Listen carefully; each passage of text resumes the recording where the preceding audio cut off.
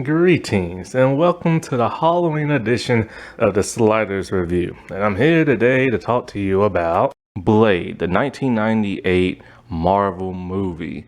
So, this is the movie that started it all. That started the line of Marvel movies.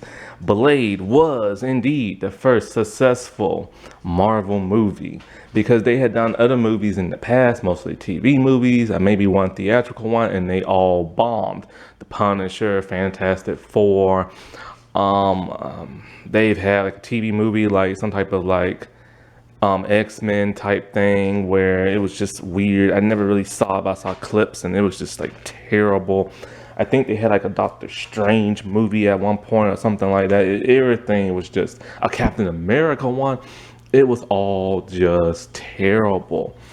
They didn't have the no good costumes. They didn't have no good CG. Nobody acted good in it. It was just all bad. Oh, then they had Agents of Shield type thing with Nick Fury, and it was just all bad. But this was the movie that saved everything. Around the time Marvel had went bankrupt and had to sell off their properties, this movie launched them into stardom and everything. And it was one of the darkest comic book movies at that time, after the failure of Batman and Robin, because it was so campy. And Wesley Snipes was the man who helped this and everything. So give it up to the black man. Blade, the first movie, I actually saw that second. I saw the second Blade movie first. And at first, I used to really love the second movie because the second movie is just amazing. I still love it to this day. But I have learned to now appreciate the first movie a whole lot more because of the story and the groundedness and just just the sheer will, awesomeness of this movie. And plus, I like the way Wesley Snipes looked in this. In the second one, Wesley Snipes was more like a smooth black man, and more like himself and stuff like that in the second and the third one. But then when it comes to this one, he's actually playing that historic character. Now, I have first seen Blade, as I mentioned before, in Spider-Man the Animated Series. There, they introduced the character of Abraham Whistler. They decided, and thank you, John, for creating that character. And they brought him on over to the movies and everything, where he was awesome. Now, there was the Abraham Van Helsing in the Blade, comics, but never a Whistler. And so, if it wasn't for Spider-Man the Animated Series, we would have never had that cool character and stuff. Now, when it comes to the Blade comics, one thing I've learned from watching the commentary and the behind-the-scenes stuff and special features of the second movie is that Blade was just your run-of-the-mill man who just killed vampires. He was back in the 70s. He talked with that jive, but they said he was even though he was black, he acted very, very, very white and everything. And so he didn't have superpowers. He wasn't half vampire, nothing like that. And so after a while, they decided they need to change him and everything. They need to make him cooler, and they need to make him act more like a black man. And I'm not sure if that happened in the comics first, or that happened in Spider-Man the Animated Series, or what. But at some point, they changed him up. He was giving he used to wear a green jacket and some brown red pants and stuff like that. They changed him up to where now he wears the black leather. He has the samurai sword. He fights with no longer wooden stakes, but silver stakes and stuff like that. And the motorcycle and all this other stuff. And so they really reinvented this dude, giving him superpower, making him have vampire, giving him a tragic backstory. All that good stuff that was added in the movie. The movie is extremely dark. It is rated R. There's tons of blood. And I mean tons of it. It's more blood than you've ever seen in a slasher movie and in most horror movies. So I don't understand the thought process of them wanting to make a PG-13 Blade movie with Mahershala Ali. And that don't make no sense. If Deadpool 3 can get an R rating, so can they. And so this movie starred a lot of people that I've never seen before other than Wesley Snipes. I saw him in White Man Can't Jump, and I saw him in something else, but I can't remember the name of it. And so it stars like Stephen, where's that? Stephen Dorff, Christopherson, Nabushi Wright, Darnell Lodge, and Arlie Java. And so, like, and of course, Wesley Snipes himself. And so it was written by David S. Goyer. He went on to write the other two Blade movies. And he went to go direct the third one. This is where Wesley Snipes and him feuded, and the third movie, Blade Trinity, is atrocious. He also was the man who wrote like the Dark Knight trilogy and stuff, making it focus more on Bruce Wayne. Now, when it comes to the director, this is where I was getting the names mixed up. Because Stephen Dorff, I know who he is, the actor. But there was another Stephen who was the director. I think his name is Norton. Yeah, Stephen Norton. And so he was the director. I have no idea who he is, but he did not direct the second one. I have no idea what his career is like now or anything like that. And so, wait. I knew who Darnell was because he was from Grounded for Life on that Fox show. But everybody else, I had no idea. And so this movie was action-packed. This movie was dark. This movie has its own lore. This movie has its own style. This movie is something that other movies tried to emulate, and something in the late 90s with the whole trench coats. And then you had like, I forgot what year The Matrix came out. I don't know if it was before or after Blade.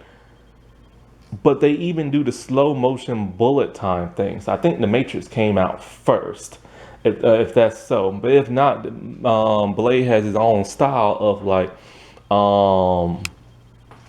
bullet time. Wesley Snipes was the perfect person to play Blade. He was this big, strapping black man with a martial arts background who was tough and took no bull from anybody. Now, he played Blade in the 3 movies, but when it came to a television series, he was replaced by Sticky Fingers, the rapper. I've already talked about Blade, the television series. Ugh, go watch that. That was terrible, atrocious. Sticky Fingers was just no Wesley Snipes. Like, I hate to say that, but it's the truth. The reason why Wesley Snipes did not play him in the television show, because he was going to prison for tax evasion. Idiot. I mean, seriously, pay your stinking taxes. And so after he got out of prison and everything, and the third movie wasn't that great, and he was acting like a diva and a butthead in the third movie. And so, like, the TV show had already been canceled. He wanted to come back to Blade, but Marvel pretty much declined. Plus, he was getting older. He tried to show people he still had the chops and the fighting style by doing this NBC television show.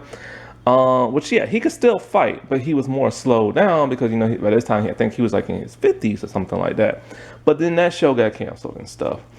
And so with this movie, basically, it has this doctor named Karen, and she gets attacked by a vampire named Quinn. Now, Quinn had already been previously attacked by Blade. It's a great opening.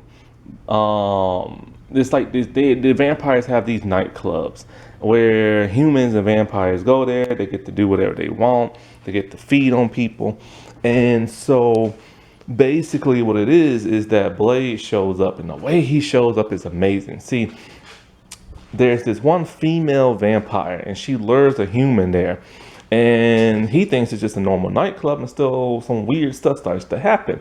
Next thing you know, blood starts coming out the ceiling in the sprinkler system, and he's covered in blood. And then all of a sudden he starts seeing the vampires. He's freaking out. Everybody is drenched in blood. And in walks Blade, completely clean, no blood on him.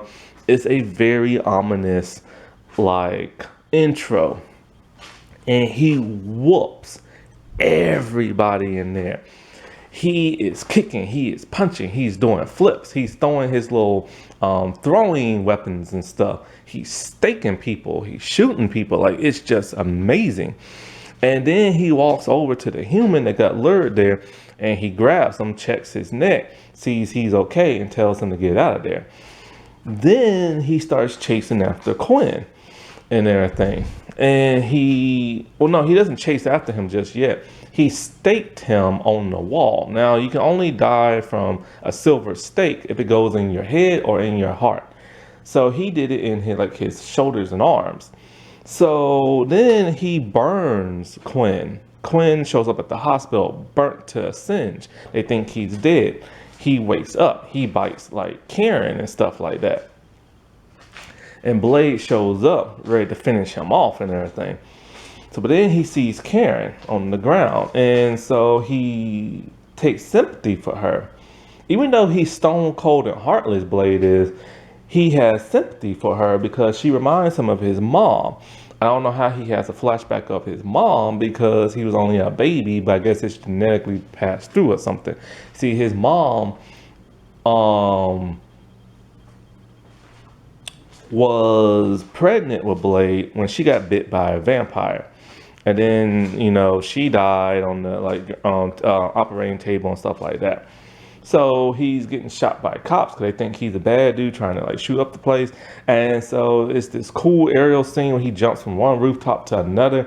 I'm pretty sure, this came out after The Matrix, because this is almost ripped from The Matrix too. And so he takes her back to his hideout. That's where we meet Whistler. Whistler's a very blunt, foul-mouthed country of a guy. He's also old. He's also Blade's mentor and father figure. He tells Blade, we don't take care of vampires, we kill them. But Blade is kind of like, yeah, he knows, but whatever. So then Whistler gives her some type of serum that's supposed to slow down the process of her being a vampire. Because he doesn't know if she fully got bit and turned into one yet. And so when she wakes up, she tries to escape. This is when Blade and them stops her. And then they tell her what they do. There's a new world order in the world, and it's vampires. And they own everything. They own politicians, hospitals, cops. And he's all like, you've probably seen them before, but you just never knew it. And so he tells them that Blade is the only thing that can stop them. And so he tells her pretty much simple like this, if they're gonna let her go and stuff like that. But of course Blade is a vampire himself, but she doesn't really know that yet. And so when Blade takes her back home and everything, he's using her as bait. She meets a cop. This cop is a familiar. They have tattoos on them. That's like these cliffs that represent whatever house a vampire you're in. Blade, and it's kind of cool because throughout this entire thing, we're learning so much lore so quickly and stuff. And that's one thing I really, really enjoy about this. You're learning as you go. They do explain a lot and not really tell, but that's okay because, who cares? This is a cool movie. And so, they're going to use now that cop as, bait as well to take him to whoever, is running the organization. He knows it's a person, named Deacon Frost. Now they changed Deacon Frost in this. He's younger instead of an older vampire. But he was once human, turned into a vampire because he has a scar on him, and vampires are supposed to heal. So at this point in time, Karen is starting to feel a little woozy. They realize they got to her too late. And Whistler tells her plain and simple, when you start to feel a thirst for blood, you take this gun and you kill yourself and stuff like that and stuff. And so they go to this underground club where they find I forgot that person name. It's this big blob of a vampire. And so that's where the cop dude went. and that's where a lot of like Deacon Frost's people hang. And so Blade kills the giant like blob dude and everything, burns him to death along with Karen. It's really funny because he tells her, light this dude up if he like moves or something like that. And so she just like lights him up and everything. But like this is when they go underground and they find Quinn and like, um Mercury. Mercury is the female love interest of Deacon Frost. They've never mentioned her name in the movie, but it's online and stuff. And so, Blade is chasing them and everything. He's fighting them. It's a cool like train sequence. Whistler is like helping out and everything. And so this is when Karen finds out Blade is indeed a vampire and stuff. And this is when Whistler explains how Blade came to be and all this other stuff. Well, basically, they stole something from the blob dude, and it's some type of hieroglyphics type stuff and old school, like, writing on like old cloth and everything like that. Anyway, I think that's that one. Or it's not that one or the second one. Anyway, they find out that Deacon Frost is trying to resurrect this type of vampire god. And so the vampire order is very interesting in this. They wear business suits and everything like that. They have a certain order. They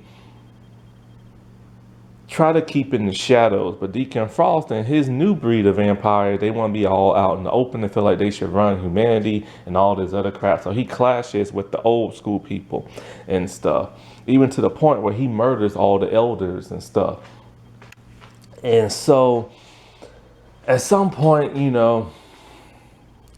Whistler is attacked, him and Karen, because Deacon Frost is able to find a hideout. Don't know how, but they are.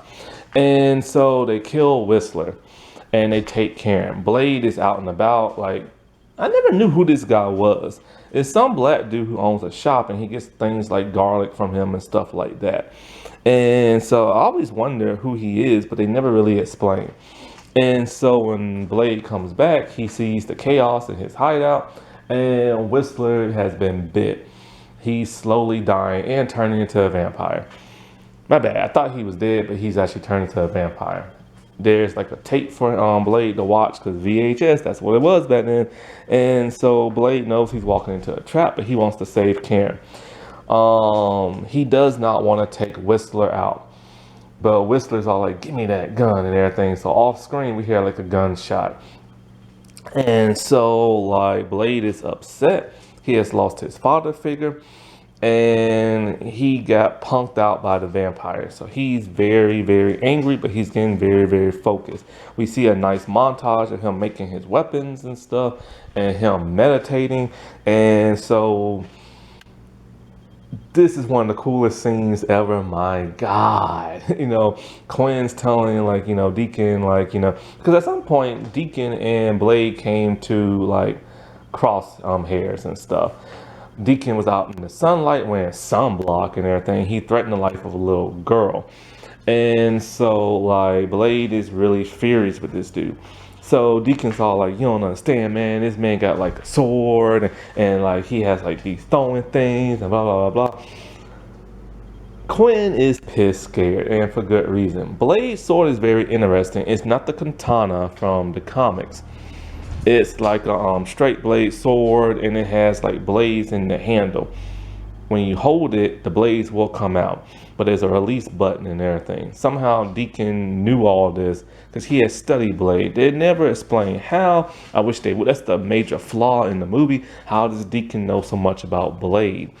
Anyways, Blade shows up on this really awesome motorcycle. I've never seen a motorcycle like this before in my life. Blade is not wearing his trench coat.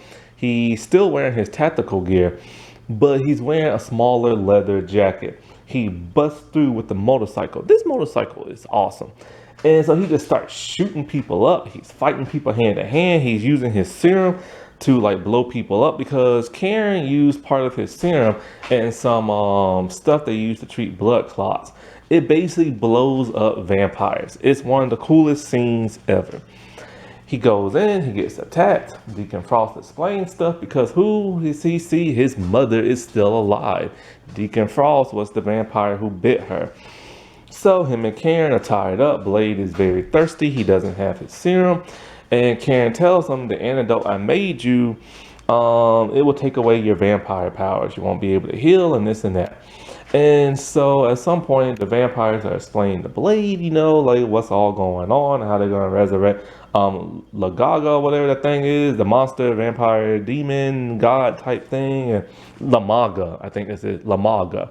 I said Lagaga. Lamaga.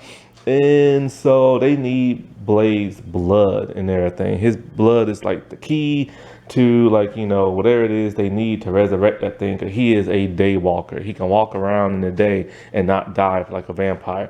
He has longevity. He can heal, but he heals slower than a vampire, and he ages slower than a human. And his mom is helping along. She is truly evil because the demon has taken over inside of her. Anyways, they take Karen and throw her in a pit. There's like a zombie vampire in there. Her friend from her ex-boyfriend, also from where she works, she escapes. They drain Blade's blood.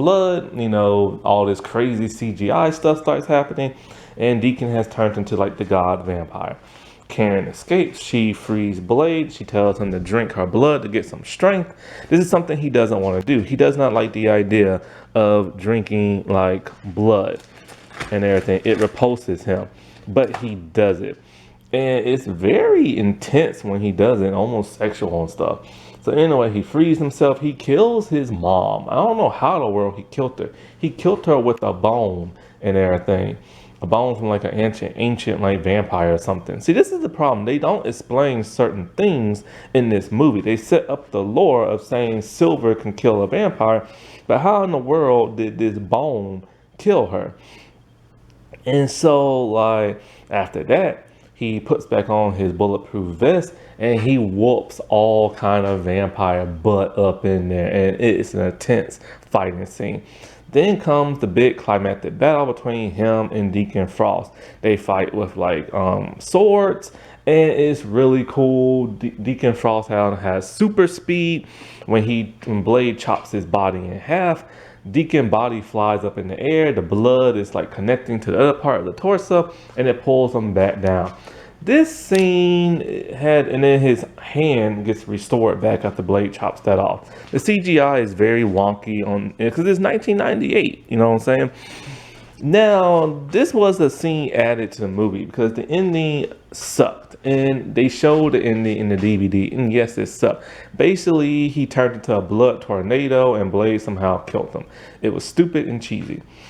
Anyway, Blade ends up killing him because he gets his butt kicked, and so he uses his sword to crack open the stone that has his serum in there, and the one that can explode vampires. He just starts throwing them and Deacon and everything like darts, and he just basically blows up, and it's amazing.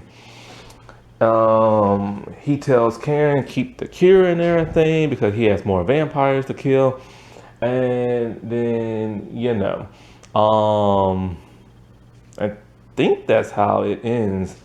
I think it ends on another note, but I can't remember. But there's a deleted scene that had Morbius and everything. Blade is looking out, and he sees Morbius from far away distance. And this would have been the very first instance of Morbius, the living vampire. But they cut that scene and they decided not to follow up on that. And then, as you know, we got the Morbius movie by Sony, and bleh. But yeah, this movie was awesome. It was amazing. It was awesome and everything. And it's people should really appreciate this movie. If it wasn't for the success of this movie, we would have never had the X-Men movies. We would have never had Spider-Man, because Marvel just didn't have the money at that time. And that's why they had to sell a bunch of their properties and everything. That wasn't that spooky. All right, well, I shall talk to y'all later. Bye.